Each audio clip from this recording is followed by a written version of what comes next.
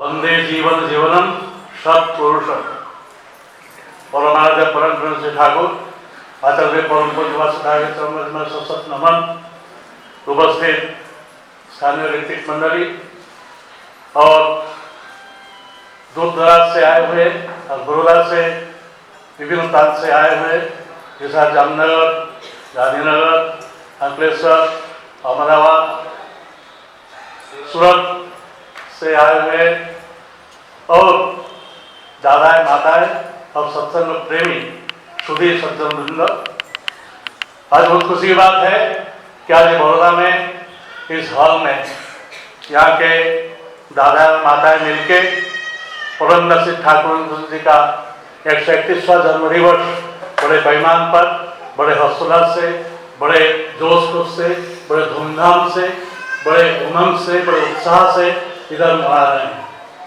यहाँ से आने पहले पिछले महीने मैं ऐसा एक उत्सव में जो किया था पूजनीय बाबा का आदेश से त्रिपुरा का राज्य जो अगरतला में तो स्टेट लेवल में उत्सव कर रहे थे, उसमें भी हमारे आचार्य परम पूज्य दादा सपरिवार में पधारे। उसके बाद में आसाम का कैपिटल जो गुवाहाटी में ऑर्डिनरी ऋतिक सम्मेलन था, उसमें परम पूज्य दादा सपरिवार वहाँ पधारे थे, उसमें भी मैं भाग लिया। उसके बाद मैं गया था उड़ीसा में पुरी में परम श्री ठाकुर का 131वां जन्मदिवस बड़े पवन पर वो उसको मनाते थे।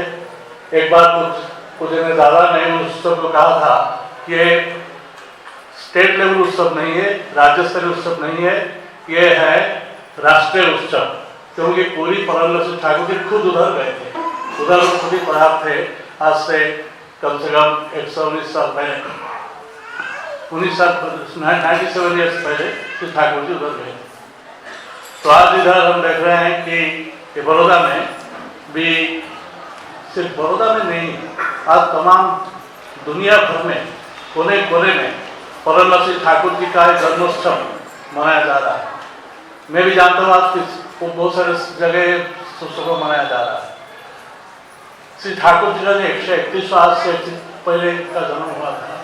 और जहाँ तक ये बड़ौदा का सवाल है, बड़ौदा में आया था 2012 साल में, जो मैं आया उधर जो हमारे केंद्र है, यहाँ सत्संग केंद्र और सत्संग केंद्र के पास एक छोटा सा जगह में उस टाइम ये सत्संग मनाया गया था, उत्सव मनाया गया।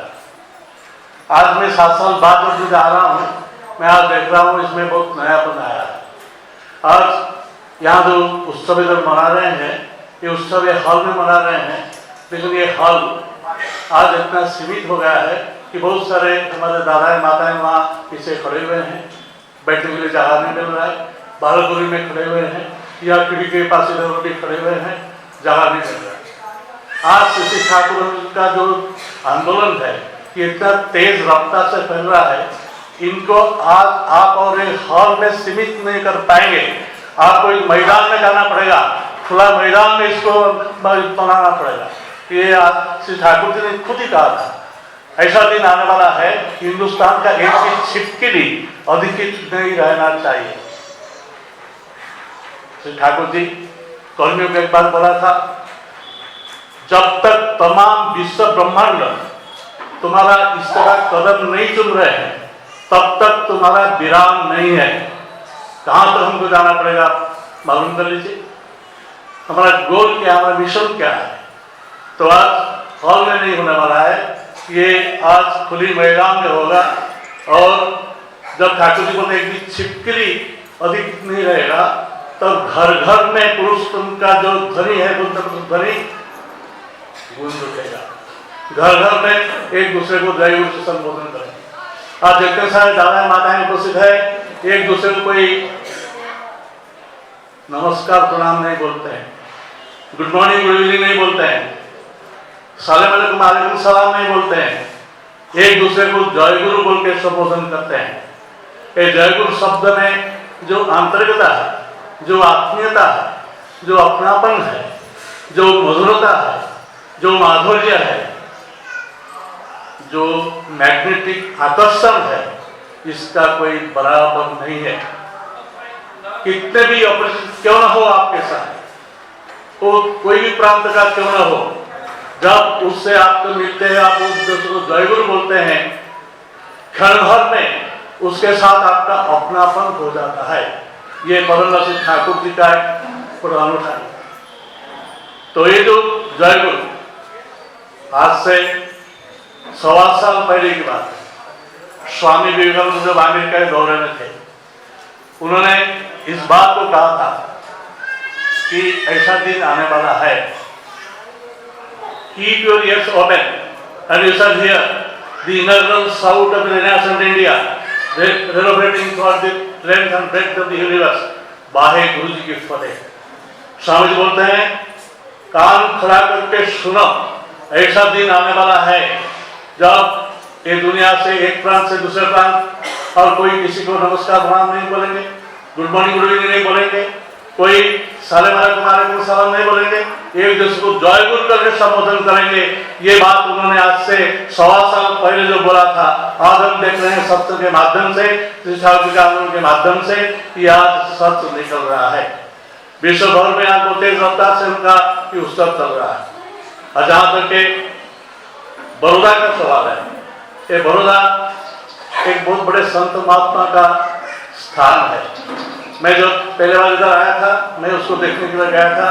आप सब जानते हैं अच्छी तरह से, यहाँ पिछले शताब्दी के बहुत बड़े जाने माने संत जो श्री अरविंद महायोगी थे, उन्होंने ये बड़ौदा में पहले उनका कार्यक्षेत्र बड़ौदा ही था। वो जो कैम्ब्रिज से आए थे, विद्वान पंडित व्यक्ति थे, बहुत सारे यूरोपियन लैंग्वेज उसका मास्टरी था। उनको बड़ौदा के महाराजा गायकवाड़ साहब उनको इधर ले आए थे और यह जो कॉलेज है, कॉलेज में उनको वाइस प्रिंसिपल किया, अंग्रेजी पढ़ाते थे। उनका आश्रम इधर है। जहां तक कि श्री अरविंद का सवाल है कि श्री अरविंद कैम्ब्रिज में पढ़ते थे, उनके साथ उनका बैचमेट थे देशबंधु चित्तरंजन दास। चित्तरंजन दास उनसे उम्र से 2 साल बड़े थे, फिर भी वो कैम्ब्रिज में पढ़ते थे, ICS परीक्षा दोनों देते थे। तो अरविंद साहब जब आए इधर इंडिया आ गए, उन्होंने जो वंदे मातरम मूवमेंट स्टार्ट किया, आजादी का जो पहला मूवमेंट था, वंदे मातरम मूवमेंट कोलकाता से शुरू किए थे, वही मूवमेंट में उनको गलत आरोप में उनको अरेस्ट किया गया और उनको जेल हुआ और उनको उम्र कैद नहीं, उनको फांसी हुक्म हो गया। वो अगरपड़ा जेल में थे। जब जेल में थे उस टाइम उन्होंने योग साधना शुरू कर दिया और वही जेल में उनको वासुदेव परम पुरुष श्री कृष्ण का दर्शन में मिला था। पहले बात में उसे लिखा है, लेकिन he was sentenced to death, उनको फांसी को मौका। उनके बहन सरोजिनी देवी, उन्होंने उस टाइम अपील की थी। देश में उनके पास पैसा नहीं था, देश में ऐसा कोई वकील नहीं है जो कि मेरा भाई जो बेकसूर है उनको बरी करने के लिए वो वकील करेगा, कोर्ट में जाके उनके लिए हाजिर होगा, ऐसा कोई नहीं है। तब देशमुख चित्तरंजन उस जमाने में देश के 1 नंबर वकील थे, पॉलिटिकल कांग्रेस के प्रेसिडेंट भी थे, गांधी जी के परम बंधु थे। गांधी से उन्हें 1 साल मतलब छोटे थे। तो देशमुख चित्तरंजन उस समय आ गए। उन्होंने कोर्ट पे जो प्लीड किया, वो अलीपुर कोर्ट पे उनका केस चल रहा था। वो हियरिंग के टाइम में उनका जो प्लीडिंग था वो बहुत मेमोरेबल प्लीडिंग था। उन्होंने बोल रहे हैं, the man in the name of Arvind who stands before the bar of this court today will stand before the High Court of Humanity one day. The voice of Aurobindo, the poet of patriotism, the prophet of nationalism, the lover of humanity, will echo and re-echo not only in India but far across the lands and seas. और जिनको फांसी की सजा हुआ था, उन्होंने बेकसूर arrest हो गए। बेकसूर बरी होने के बाद उन्होंने उस टाइम ब्रिटिश इंडिया था, उन्होंने इंडिया में रहना पसंद नहीं किया क्योंकि हर बार हरकत करना पड़ेगा, गवर्नमेंट उनको हरकत करेगा, इसलिए उन्होंने चंद्रनगर चले जो फ्रेंच पोजीशन था, चंद्रनगर पश्चिम बंगाल में है। उसके बाद उन्होंने पांडिचेरी पांडिचेरी। तो उन्होंने पांडिचेरी में आके उनका साधन भजन शुरू कर दिया और बहुत बड़े महान संत महात्मा जोगी थे उभर के आए। चित्तरंजन दास बाद में उनके पास आए थे उनका स्पिरिचुअल गाइडेंस लेने के लिए। जब सियादास आए थे उनके पास, अरविंद ने इशारा में उनसे कहा, और ज्यादा बात नहीं करते थे, वो हमेशा साधनों में डूब रहे थे, तो बात नहीं करते थे, इसके साथ बहुत अनसोशियल थे। उन्होंने श्री अरविंद से इशारा में कहा, तुम्हारा गुरु निर्दिष्ट है, निर्धारित। उसके बाद सियादास ने परमदास ठाकुर के दिशा में लिखी। श्री अरविंद का एक किताब है इवनिंग टॉक्स। वो इवनिंग टॉक्स किताब में 1939 में 19 जनवरी में वो जब लोगों के साथ बात करते थे, बहुत कम बात करते थे, इस बार एक सत्संग का प्रसंग उठा था, उन्होंने श्री ठाकुर का नाम भी लिया था, वो रिकॉर्डेड है। उन्होंने कहा था अनुकूल ठाकुर विलन सुधी राजा फिर तक सत्संग। कोई पूछा कि वो दयाल बाग के है अनुकूल ठाकुर, तब उन्होंने बोले कि नहीं दयाल बाग के नहीं, कि belongs to the school of Rajasthan का। तो श्री अरविंद इतना बड़े जोगी होते हुए भी उस टाइम श्री ठाकुर जी का नाम जानते थे एवं उनके बारे में मंतव्य करते थे। तो कहने का मतलब है कि आज श्री ठाकुर जी को हम क्यों आक्षेप करेंगे?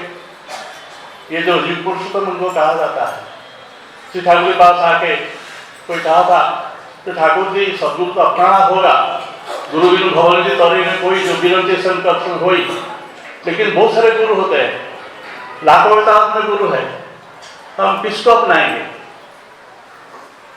श्री ठाकुर जी ने कहा इस बात को तुम अपना मन से पूछो, तुम्हारा मन क्या चाहता है। ठाकुर जी ऐसा उसका जवाब का सवाल उत्तर नहीं पा रहे। तो देखो हर व्यक्ति हमेशा चाहता है कि हर क्षेत्र में वो हाईएस्ट एंड बेस्ट को अपनाने के लिए। जब तुम स्कूल में पढ़ते हो तुम चाहते हो हाईएस्ट मार्क्स स्कोर करने के लिए, यूनिवर्सिटी में जाते हो यूनिवर्सिटी टॉपर होने में चाहते हो, तुम जब नौकरी करना चाहते हो हाईएस्ट सैलरी में जाना चाहते हो, हाईएस्ट पदवी में तुम जाना चाहते हो, तुम जब पहनना चाहते हो बेस्ट ड्रेस पहनना चाहते हो, जब तुम इलाज करने चाहते हो बेस्ट डॉक्टर के पास जाना चाहते हो, तुम हर क्षेत्र में तुम चाहते हो हाईएस्ट एंड बेस्ट को अपनाने के लिए।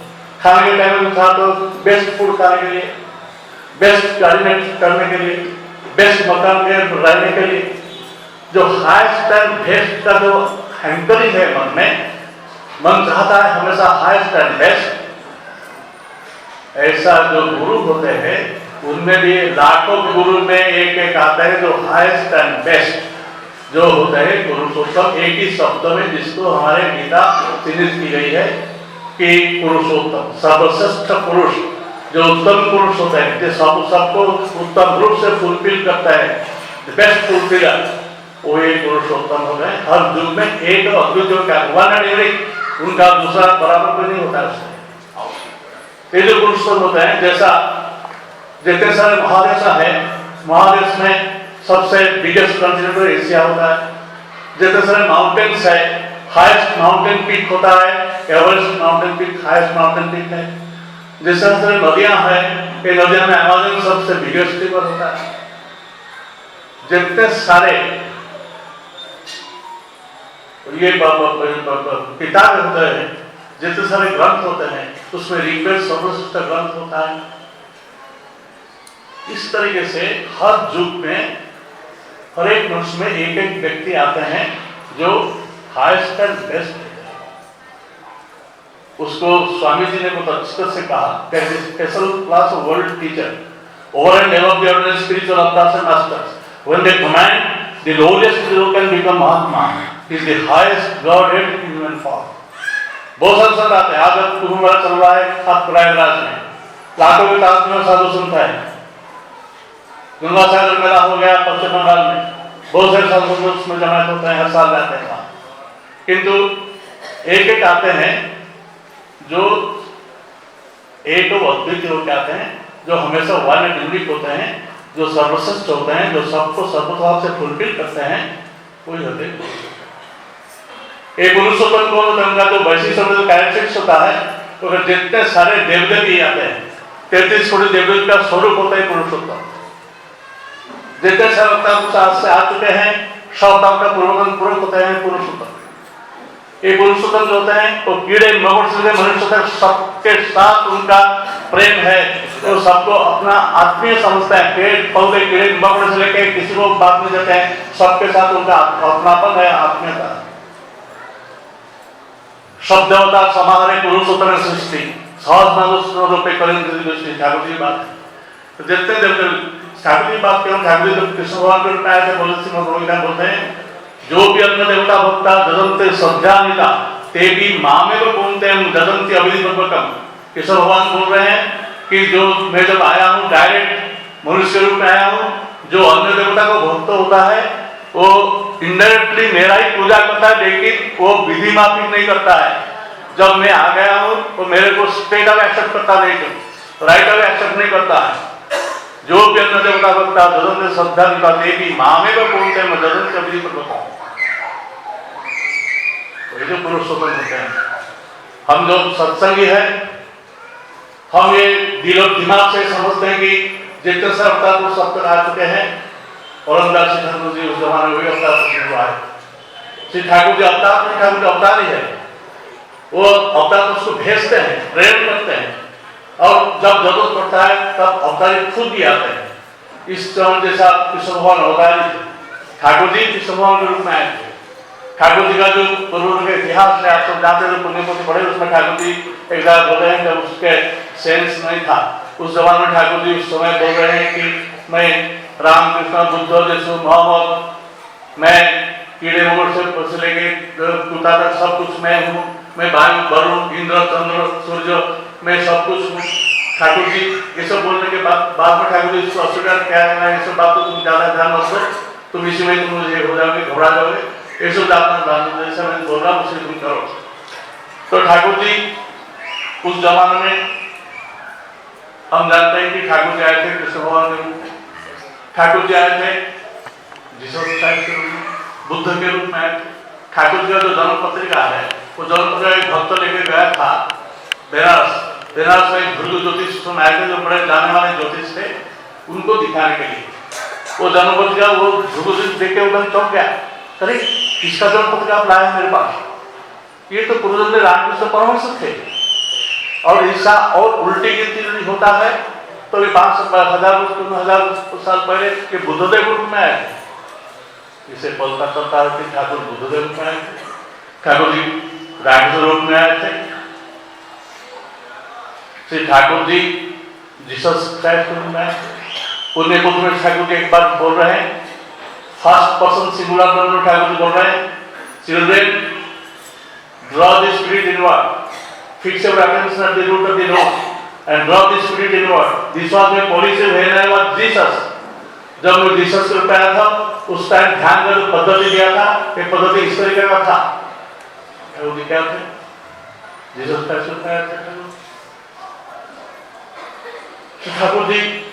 उसके बाद हजरत मोहम्मद के रूप में आए थे। एक बार ठाकुर जी बात करते हैं, देवघर में बैठ के दूसरे साथ बात करते हैं, उनका बात कुछ लिखता है, देश प्रधान को बात देखते अभी नहीं है, उनके बात लिख रहे थे। कभी बोलते बोलते अचानक ठाकुर से मुझसे निकल गया, जब मैं मक्का से मदीना जाता था मेरा पैर में ऐसा खड़क है पहन के गया। ऐसा बोलने के बाद ठाकुर जी तुरंत बोलते हैं, नहीं इसको मत लिखो, मैं नहीं।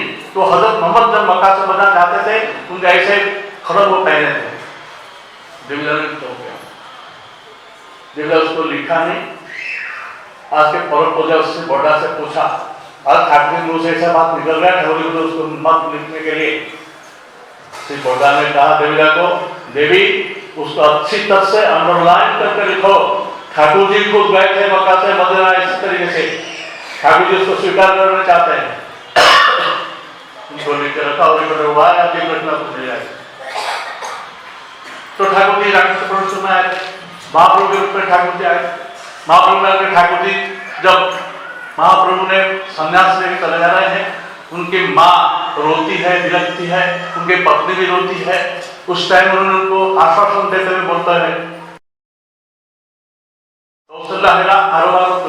तथा तुम्हार पुत्र रामचंद्र आनी तबे तुम मथुराय देवकी हईला कंससुर अंतपुरे बांधने आसिला तबे तुम आमार आसिला जननी तुम से देवकी तुम्हार पुत्र आनी एरूप तुम आमार माता जन्मे जन्मे तुम्हार आमार कबू भेद नहीं बने एरूप आज दुई संकितानंदे तुम्हार पुत्र आनी हईब अविलंबे। उन्हें आश्वासन देते हुए माँ को और पत्नी को बोलते हैं, महाप्रभु के तुम ऐसा ऐसा जब थे ऐसा तुम्हारे पुत्र रूप में आया था और 2 बार मैं आने वाला हूँ। उसके बाद आए कृष्ण भगवान राम कृष्ण भगवान के रूप में। राम कृष्ण डेथ हो गया था एट द एज ऑफ 50। उन्होंने कहा इस बार मैं सब ज्ञान शासन को देख के नहीं जा रहा हूँ, मैं फिर जल्दी से जल्दी आने वाला हूँ। उसका 1.5 साल के बाद से ठाकुर जी आए। ठाकुर जी आके बोलते हैं कि रामकृष्ण भगवान तो सब ज्ञान नहीं देके गए थे, लेकिन मैं सब कुछ ज्ञान का भंडारा का चाबी तुम्हारे हाथ में देके चला जा रहा हूँ, कुछ में बाकी नहीं रख रहा और मैं लेके जा रहा हूँ। आप फिर कब आने वाले हैं? ठाकुर बोल रहे हैं 10,000 साल बाद। अभी ठाकुर जी का वही युग चल रहा है। वो जो 10,000 साल से आज 131वां हम मना रहे हैं। अभी हम 131वां में जो देख रहे हैं, आज देश में विदेश में हजारों संख्या में मंदिर बन रहा है, करोड़ों संख्या में लोग दीक्षा ले रहे हैं। ये आज देख रहे हैं ठाकुर जी का 131वां साल में ठाकुर जी का आज क्या किस तेज रफ्तार से यह फैल रहा है। तो आज जो हो रहा है और बहुत मिशन गोल हमारा बाकी है। आज हम देख रहे हैं सत्संग आंदोलन में जिस तरह देखते थे यहाँ जवाब जिस तरीके से जोश खोश से जिसे यहाँ कीर्तन करते थे, आज सत्संग में बहुत सारे युवा वर्ग व्यापक संख्या में जोड़ रहे हैं, जिसमें स्टूडेंट्स है, टीचर्स है, डॉक्टर्स है, इंजीनियर्स है, साइंटिस्ट है, आईटी प्रोफेशनल्स है। इसमें आते हैं वकील आते हैं, कलाकार आते हैं, राजनेता आते हैं। हर वर्ग के ज्यादा से ज्यादा देखा जाता है कि युवा समावेश हो रहा है सत्संग। इसीलिए युवाओं के सामने आज गोल कुछ नहीं है। आज देश जिस तरह से चल रहा है, ये देश को इकट्ठा करने के लिए वर्ल्ड यूनाइटेड स्टेट्स का बात ठाकुर ने कहा। ठाकुर बोलते हैं कि मैं चाहता हूं वर्ल्ड यूनाइटेड स्टेट्स, तमाम विश्व को एक करना। जब तक तमाम विश्व एक साथ नहीं चलता है, एक आदर्श में अनुप्राणित नहीं होता है, तब तक समस्या का समाधान बिल्कुल नहीं होने वाला है। ये समस्या समाधान एक साथ करने के लिए विज्ञान नहीं कर पाती है, सरकार नहीं कर पाती है, इसको कोई राजनीतिक आंदोलन से नहीं होने वाला है, ये कोई अर्थनैतिक आंदोलन से नहीं होने वाला है, ये कोई समाज व्यवस्था से नहीं होने वाला है। अगर ये होने वाला है तो एक मतलब स्पिरिचुअल मूवमेंट, जिस मूवमेंट का जो लीडरशिप जो लेने वाला है, ठाकुर जी से पूछा गया था, ठाकुर जी आप बोलते हैं कि तमाम दुनिया इकट्ठा होगा, एक मंच में एक मंडप में एकत्रित होगी, कैसा होने वाला है? बहुत सारे संप्रदाय होते हैं, बहुत सारे गोष्ठी होता है, वो अपने आप को सबसे बड़ा समझते हैं, वो अपने आप को सबसे प्रधान समझते हैं। आप किस तरीके से बोलते हैं कि ये सब इकट्ठा हो जाएंगे? ना ऐसा मिलन मंडप उनको बनाना पड़ेगा, निर्माण करना पड़ेगा, जिस मिलन मंडप में जितने सारे भेदभाव है, जितना वैषम्य है, जितना सा डिफरेंस है, सब इकट्ठा हो जाएगा, सब एक साथ जुट जाएंगे। ठाकुर जी ऐसा क्या मंडप बनने वाला है? ठाकुर जी बोलते हैं प्रकृति तुम्हारा काम को मल के इसको करेगा, अपना अस्तित्व को रक्षा करने के लिए, अपना एग्जिस्टेंस को बचाने के लिए सबको एकजुट होना पड़ेगा। जितना विरोध होने का, ठाकुर जी उस समय उदाहरण दे बोलते हैं कि देखो जैसा जब बाढ़ आता है, बाढ़ हम देखते हैं जो मेढक होता है, मेढक और सांप एक साथ पेड़ के शाखा में एक साथ धारण करते हैं, एक दूसरे का घातक है, लेकिन एक दूसरे के साथ एक साथ पीसफुली कोशिश करते हैं, क्योंकि अस्तित्व खतरा में है, अपना जीवन खतरा में है। इसीलिए तमाम विश्व को एक बार एक साथ आना पड़ेगा। ठाकुर जी आ गया तो वो जो मंडप, वो मंडप का नेतृत्व कौन लेंगे? Who will be the leader of that मंच? जो महामंच होगा, ये आज का महागठबंधन नहीं है, ये जो महामंच होगा, ये महामंच का नेतृत्व कौन लेंगे? एक ही शब्द में ठाकुर जी का पुरुषोत्तम। सोचिए, अगर उस दिशा में तो तेज रफ्तार से आंदोलन फैल जाए। आज युवा वर्ग, जिसमें उस दिन स्वामी विवेकानंद ने कहा था कि muscles of fire, nerves of steel, and the gigantic to which nothing can resist, ऐसा युवा वर्ग होना चाहिए जिनका मिशन होगा एक आदर्श समर्पण होकर वो चलता रहे। आज हम देख रहे हैं कि युवा वर्ग तमाम देश भर में ज्यादा से ज्यादा भारी संख्या में उन्होंने सत्संग में आ रहे हैं। युवा के सामने जहां तक बच्चों का सवाल है, उनके पास भविष्य है, अतीत नहीं है। जहां तक बुजुर्ग का सवाल है, उनके पास अतीत है, भविष्य नहीं है। जहां तक युवा होते हैं, उनके पास जैसा अतीत है वैसा भविष्य है। वो एक क्रॉस रोड पर है, उस टाइम उनका मिशन जो होना चाहिए। इसलिए ठाकुर जी ने युवा वर्ग को उस दिन संबोधित करते हुए कहा था उनकी भाषा में, roll on like a flood over this sorrow, suffering and calamity in the world, with love, sympathy and service, with the message of beloved the Lord that illuminates the way of the dull, determined, depressed, sworn extremely unresting. If human wants, let us run after you, establishing the kingdom of heaven, but wish not for that at all. उसी को ठाकुर जी अपना बांग्ला भाषा में बोल रहे हैं, समाज bouquet तुमरा प्लावरेर मतो धरिया पड़ो, एक आदर्श अनुप्राणित है तुम्हार जय जस और गौरव से तुम्हारा हृदय प्रतिष्ठा करिते। यदि नारी तुम्हें चाहे छोड़ुक से तार मंगल संग तुम्हार दिगे, किंतु सावधान ठाकुर जी का ऐसा युवा वर्ग अब ज्यादा से ज्यादा संख्या पर आ रहे। माताओं बहुत संख्या में आ जा रहे हैं, बहुत सारे माताएं उपस्थित है। आज हमारे देश में सबसे असुरक्षित कोई होते हैं तो हमारे नारी समाज होते हैं। आज जिस युग से हम चलते हैं, आज हमारे देश में नारी राष्ट्रपति बन गई है, प्रधानमंत्री बन गई है, स्टेट के चीफ मिनिस्टर बन चुके हैं, गवर्नर बन चुके हैं, बहुत सारे पदों पर हैं। लेकिन आज सबसे अगर कोई असुरक्षित होते हैं तो आज हमारे नारी समाज है। ज्यादा से ज्यादा जो डिजिटल हो रहा है, इसका जितना सारा बहुत एडवांटेज जितना भी हो, लेकिन इसका सबसे बड़ा साइबर क्राइम और ज्यादा सा शिकार होते हैं हमारे इनोसेंट जो मासूम ज्योतियां, इसका ज्यादा शिकार हो जाते हैं। ये डेटा का बात है। तो जो असुरक्षा का भावना, आज उनको सुरक्षा देने वाला कौन है? पुलिस सुरक्षा दे नहीं पाती है, सरकार सुरक्षा दे नहीं पाती है, आज उनको प्रशासन सुरक्षा नहीं दे पा रहा है, साइंस सुरक्षा दे नहीं पा रहा है। आज सुरक्षा कौन देने वाला है? संविधान में चेंजेस आया है, हमारा आइन कानून में बहुत अमेंडमेंट हुआ है, फिर भी आज देखते हैं सब होने के बावजूद सबसे ज्यादा आज हमारे माताओं से मैं कहना चाहता हूं, सत्संग में श्री ठाकुर जी जो परंपरा चालू किए हैं, जो कवायद चालू किए हैं ठाकुर जी, जो दीक्षा लेते हैं, दीक्षा लेने के साथ साथ उनसे कहा जाता है कि तुम रोज सुबह ठाकुर जी को आदित्य पुराण करने के बाद, पढ़ने के बाद तुम अपने माता पिता को प्रणाम करना सुबह शाम।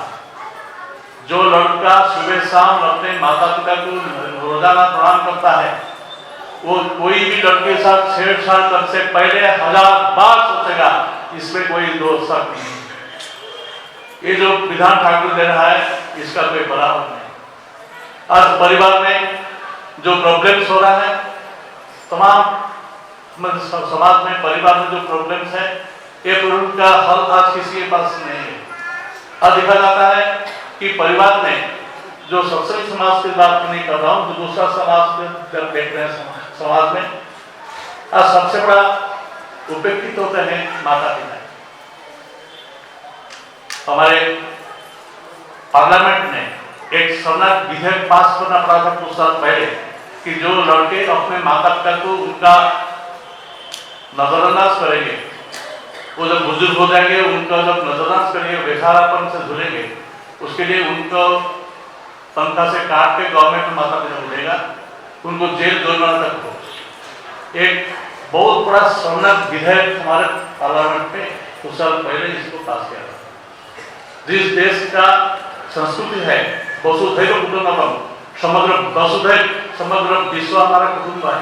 अयम निज परमिति गणना भूते तथा परम भाव वरांत ममूत में बोलते अयम व्यक्ति कुटुंबकम, ये मेरा है, ये दूसरे का है, ये जो भावना है, जो चिंता है, ये चिंता जो छोटे दिल वाला होते हैं उनका ही चिंता होता है। जो बड़े दिल वाला होते हैं, उदार दिल संपन्न व्यक्ति होते हैं, उनका क्या होता है? वसुधैव कुटुंबकम, तमाम विश्व हमारा परिवार। माता में पार्वती देवी, पिता देव महेश्वर, भ्रातरो मरुदासर पे सोए सो हुआ प्राण, तो मेरे माँ पार्वती देवी, मेरे पिताजी मेरे महेश्वर है, एवं तमाम दुनिया जल स्थल आकाश हमारा होम है। ये जो हमारा भावना, ये भावना आज आ गया है। जो फैमिली वसुधैव कुटुंबकम का ग्लोबल फैमिली था, आज आ गया है न्यूक्लियर फैमिली। न्यूक्लियर फैमिली मतलब एक आर्मिक परिवार, छोटा सा छोटा परिवार, जो परिवार में पति पत्नी और एक दो बच्चे, बस ये परिवार हो गया। माता पिता भी परिवार इंक्लूड नहीं होते, जो डिपेंडेबल नहीं होते। ये हमारे गवर्नमेंट ऑफिसर का सर्विस है। जितना छोटा संकुचित होते जाता है परिवार, उतना वो जो परिवार के लोग, परिवार के जो मुख्य होता है, वो उतना संकीर्ण होता है, छोटा दिल हो जाता है, संकुचित हो जाता है, और उससे उसका टेंशन बढ़ता है, उसका बेसहारापन बढ़ता है, उसका फीलिंग, वो अपने आप को हमेशा अकेला महसूस करता है, असुरक्षा महसूस करता है।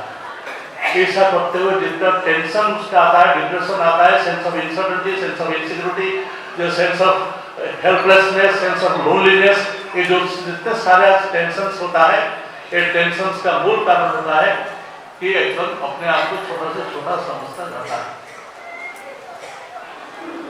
इसका मतलब क्या? और इससे क्या होता है? वो खतरनाक जानलेवा बीमारी का शिकार भी बन जाता है, जिसमें डायबिटीज बोलो, कैंसर बोलो, हाइपरटेंशन बोलो, जितने सारे ब्लड प्रेशर, जितने सारे जानलेवा खतरनाक बीमार है, ये बीमारी का शिकार बन जाता है।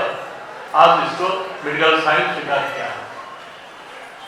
ये जो मेंटल टेंशन है, मेंटल जो अवसाद है, ये इससे उभरने के लिए आज मेडिकल साइंस में कोई भी साधन नहीं है, क्योंकि माइंड कहाँ पे है आज तक मेडिकल साइंस को पता नहीं चला। कुछ साल पहले दिल्ली में एक सेमिनार होता था ऑर्डिनेशन मेडिकल साइंस में, ह्यूमन माइंड के ऊपर। ये माइंड टेस्ट और बहुत सारे देश विदेश से आए थे, साइकोलॉजिस्ट आए थे, साइकोथेरेपिस्ट आए थे, साइकोलॉजिस्ट आए थे, लॉजिस्ट आए थे, ये सब जितने सारे आए थे। उनका 2 दिन का जो डिलिब्रेशन हुआ, उसके बाद उन्होंने इस निष्कर्ष पर पहुंचे कि mind exist, mind is everywhere, mind is nowhere. एक ढेर कंक्लूजन में पहुंच गए कि माइंड हर जगह है, माइंड कहीं नहीं है। लेकिन हमारे प्राचीन मुनीषों ने वो जानते थे कि माइंड का स्थिति क्या है, माइंड का नेचर क्या है, माइंड का एक्सिस्टेंस क्या है, वो हमारे प्राचीन मुनीषों ने इसको अच्छे से जाना। इसलिए मन का जितने सारे बीमारियां हैं, जितना पसंद है, टेंशन है, इसके लिए उन्होंने कहा कि मननात्रायति मंत्र, मंत्र से और कोई भी साधन नहीं है माइंड को रिलीज करने के लिए, माइंड को रिलैक्स करने के लिए, माइंड को पॉजिटिव करने के लिए, माइंड को कंसंट्रेट करने के लिए, माइंड को इंट्यूटिव करने के लिए, माइंड को कॉन्फिडेंट करने के लिए, और कुछ भी साधन नहीं है जिसको हमारे प्राचीन ऋषि समझते थे। मननात्रायति मंत्र, मंत्र से हो सकता है। ये मन उस दिन अर्जुन से भी उद्वेलित किया था। अर्जुन उस दिन कृष्ण भगवान से पूछ रहा है, संसारी मन कृष्ण परमात्मा तस्य हम विग्रह मैंने वायु संस्करण। अर्जुन बोलते हैं भगवान, ये मन को मैं संत नहीं कर पाता हूँ, इतना बड़ा योद्धा था, इतना बड़ा वीर था अर्जुन, तो बोलते मन को मैं संत नहीं कर पाता हूँ, जैसा वायु के साथ चंचल है। कृष्ण भगवान बोलते हैं अर्जुन, मैं तुम्हारे साथ बिल्कुल सहमत हूँ। असंशय महाभाव मन को निग्रह चलम, वैराग्य तो कौनते अभ्यास तो बड़ी जाती। कृष्ण भगवान बोलते हैं मैं तुम्हारे साथ बिल्कुल सहमत हूँ, मन का ऐसा नेचर है, लेकिन उसको भी समझ के अभ्यास करना पड़ेगा, प्रैक्टिस करना पड़ेगा। तो अभ्यास क्या करना पड़ेगा? जिसको ऋषि मुनि बोले मननात्रायति मंत्र। यह मंत्र हर युग में आता है। आज के जमाने में जो जितना टेंशन ज्यादा बढ़ जाता है, कोई भी जमाने में इतना नहीं था। आज मनुष्य अपने को जितना एकाकित्व महसूस करता है, जितना बेसहारा महसूस करता है, जितना असुरक्षित महसूस करता है, जितना टेंशन होता है, कभी भी कुछ समझ नहीं था। तो आज के लिए साधन एकमात्र होता है हर व्यक्ति के लिए, हर युग में युग पुरुषोत्तम जब आते हैं वो एक ही साधन लेके आते हैं, तो मंत्र लेके आते हैं जो सबसे पावरफुल मंत्र लेके आते हैं, जो और फुलफिलिंग मंत्र होता है, वो ऐसा जो मंत्र लेके आते हैं जिस मंत्र के अलावा अब कोई साधन नहीं है। तो आज श्री ठाकुर जी चाहते हैं कि इस मंत्र से ज्यादा से ज्यादा लोग दीक्षित हो सके। इसीलिए ठाकुर जी जमाने में ठाकुर जी खुद डॉक्टर थे। ठाकुर जी था कि बहुत सारे रोगियों को ठाकुर जी इलाज करते थे। ठाकुर जी डिटर्मिनेट थे। ठाकुर जी कोई पैसा कमाने का डॉक्टर नहीं करते थे। ठाकुर जी का उद्देश्य था लोगों को स्वस्थ करना। जो पेशेंट को ठाकुर लेते थे उसको एकदम स्वस्थ करके छोड़ना उनका ही था, मकसद था। ठाकुर जी पास कोई ठाकुर जी कीर्तन करते हैं, गांव से एक मरीज को लोग लेके आए, तो बाहर में बैठा लेके आए, उसको ठाकुर जी सामने सुला दिया। ठाकुर जी अरे सुला दिया कैसा, फुट खड़ा हो, सिर्फ खड़ा हो गया। ठाकुर जी कुछ बैकग्राउंड नहीं जानते थे, पता चला कि वो लोग का आपात पैरालिसिस था, तो उठ के खड़ा होकर चलने लगा। ठाकुर जी इस तरीके से धर्मों के जैसा डॉक्टर थे, लेकिन ठाकुर जी डॉक्टर छोड़ दिया। तो डॉक्टर बहुत है, हॉस्पिटल है, बहुत सारा दवाई है, इससे मैं मेरा टाइम को क्यों बर्बाद करूँ। लेकिन सारे रोग का जो जड़ है, जो मन है, ये मन का दवाई हमको देना चाहिए।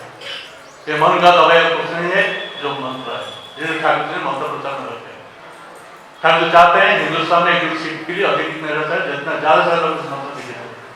जो आप इधर बैठे हैं, जो सत्संग है, जो ठाकुर जी का मंत्र दीक्षा से दीक्षित हुए हैं, ये जो आशीर्वाद आपको मिला है, ये आपका जन्म जन्मांतर का सौभाग्य है, आपका माता पिता का सुकृति है, जो आपसे ठाकुर के चरण में आप आए हैं।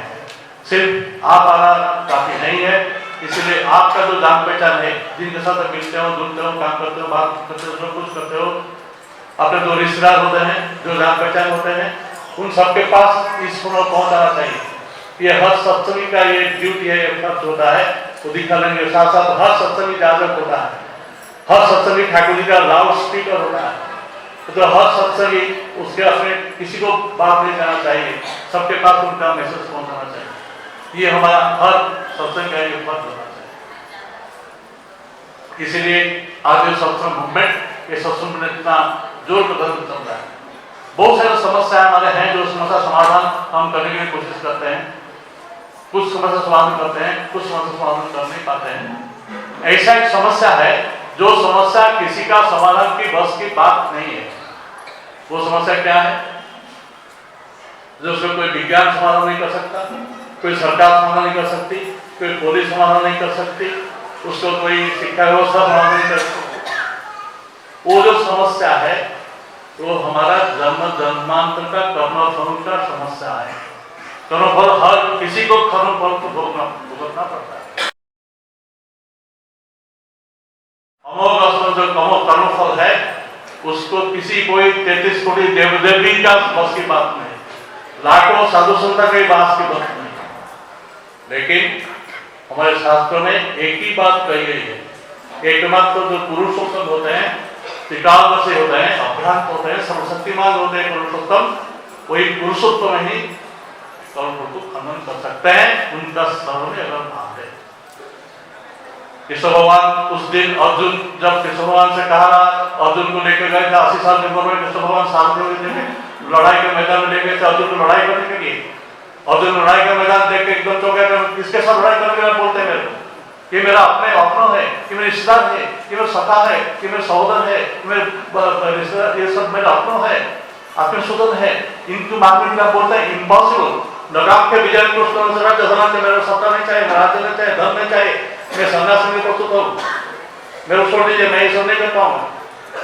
बात क्या होगा तो वो उस टाइम बोला है संध्या का, देखो सर्वधर्मान परित्यज्य मामेकं शरणं व्रज अहं त्वां सर्वपापेभ्यो मोक्षयिष्यामि महासुत।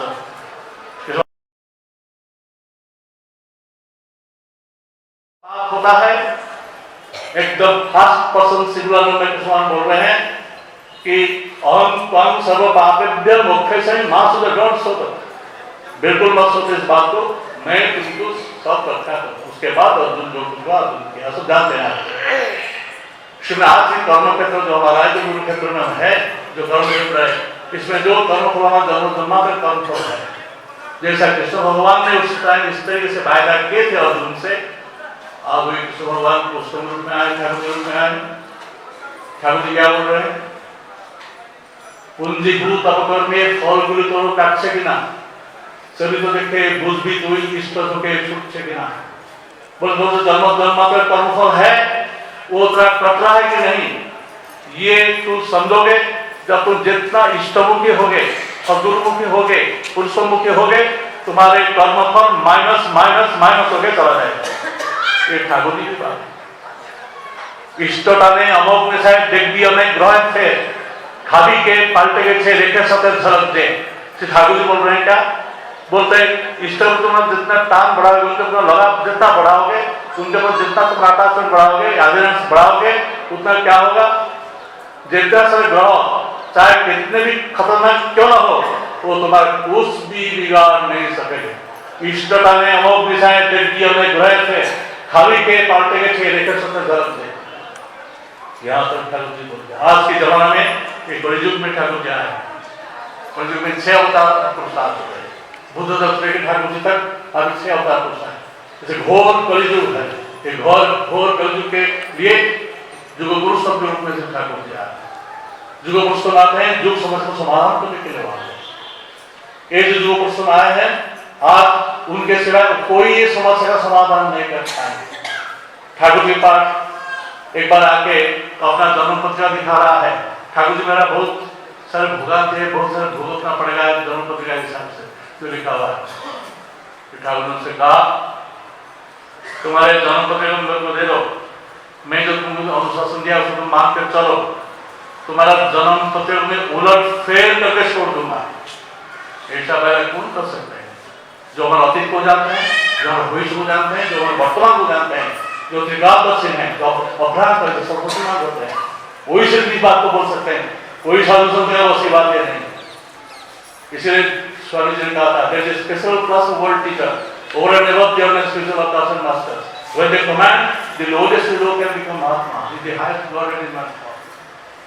ऐसा जो व्यक्ति आते हैं हर युग में एक अद्वितीय में आते हैं, वही पुरुष रूप में आते हैं। ठाकुर जी का परिचय क्या ठाकुर परिचय दे रहे, शिवात कोशिश करते थे उनका परिचय देने की, उनका परिचय क्या आप दे सकते हैं?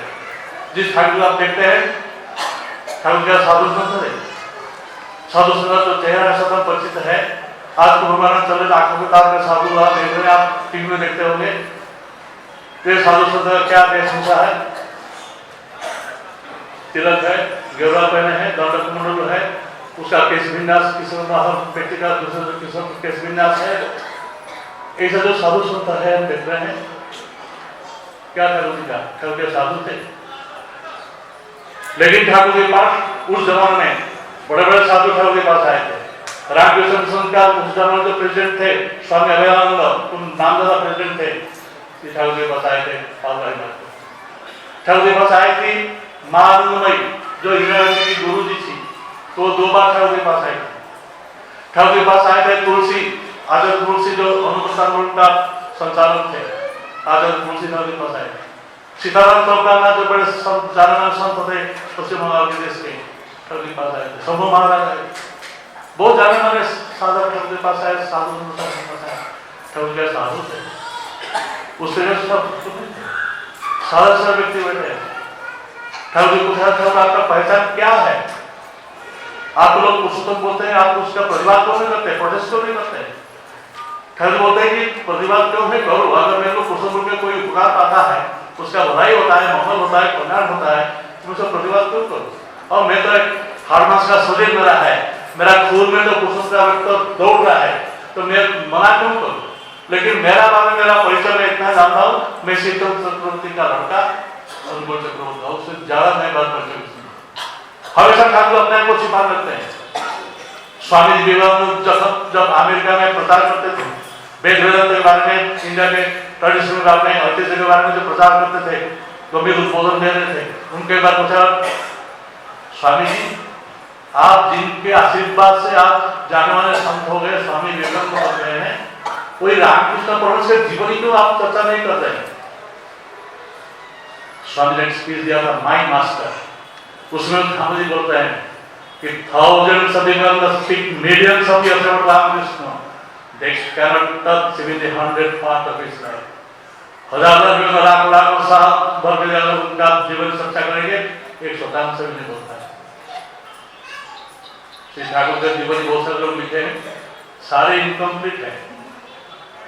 हॉजरमैन साहब ठाकुर का वेस्टर्न डिसाइपल था, रियासत हॉजरमैन साहब, उन्होंने किताब लिखा था पहले अंग्रेजी में एंड पॉसिबल टीकअप।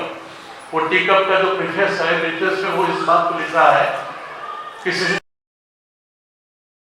देखा मैं उनका तट पर देखा हूँ, कोई समुद्र से एक कप पानी लाके किताब में रखा हूँ। ठाकुर साइंटिस्ट थे, विज्ञान थे, ठाकुर मैट्रिक परीक्षा नहीं दे पाया था, ठाकुर साइंटिस्ट थे।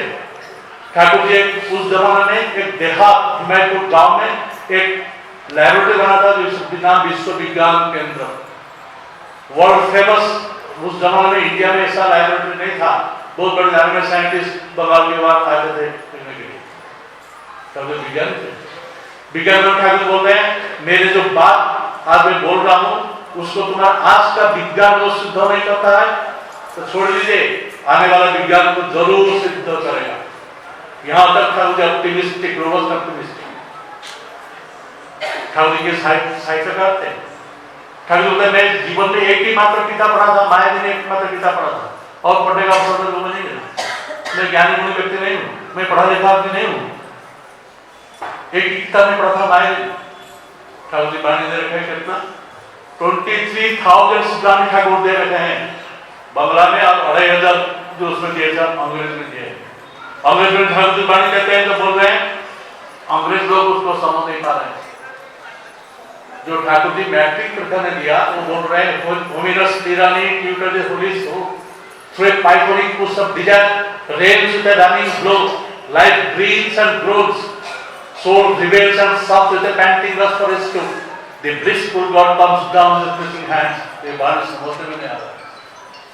ठाकुर का साहित्यकार बहुत सारे जाने साहित्यकार के पास आते थे उसको, उनका नाम मैं लेना चाहता हूँ, टाइम नहीं हो रहा है। ठाकुर जी के राजनेता थे। ठाकुर जी जमाने में देश का आजादी का लड़ा जा रहा था, तमाम जिंदगी भर ठाकुर जी का लड़ाई के दौरान ठाकुर जी थे। ठाकुर जेल में गए थे, ठाकुर जी लाठी नहीं खाए थे, लेकिन बुद्धन ने राजनेता आपका के गुजरात के गांधी जी से स्टार्ट करके सुभाष बोस, बाद में लाल बहादुर शास्त्री, बिपिन चंद्र पाल जैसे बड़े बड़े रेवोल्यूशनरी ठाकुर जी फंसाते थे, सवाल उसका करते थे। ठाकुर जी राजनेता थे। ठाकुर जी क्या थे? Thakur ji all rolled into one, एक आधार है सब कुछ उसके दूसरे ज्यादा। ऐसा ठाकुर जी आपको मिला है, ये जन्म जन्मांतर सौभाग्य आपका है।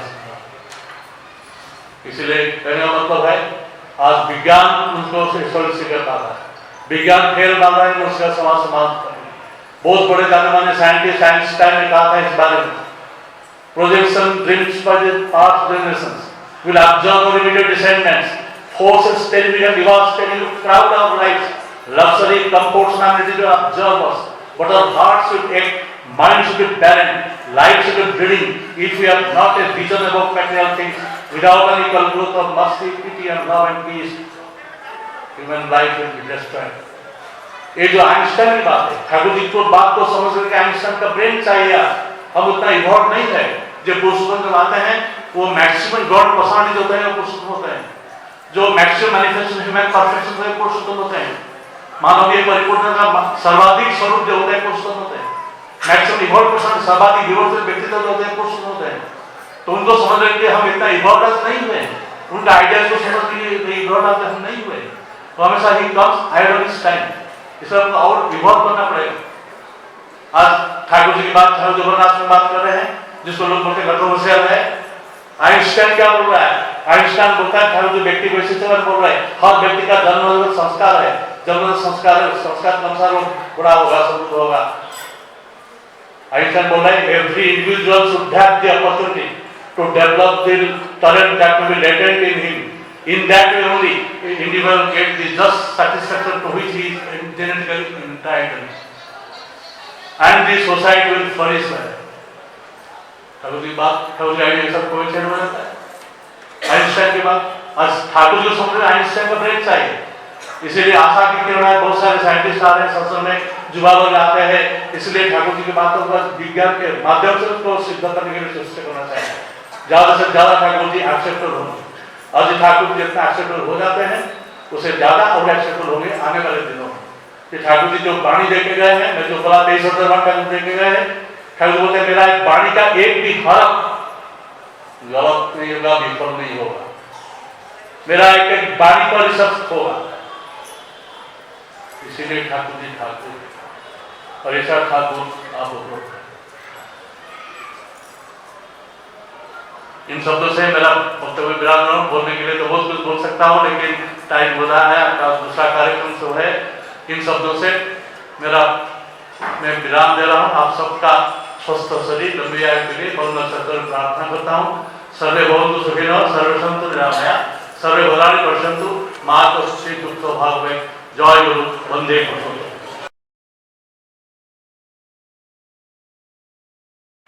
क्योंकि हमने आज जो पाया है, जतिनदास ने जो अभी विश्लेषण, मतलब जो असंभव है हमारे लिए, वो सारी बातें जो हमको ठाकुर जी के बारे में बताई है, उसके बाद में और कुछ बोलने का शेष नहीं रहता है।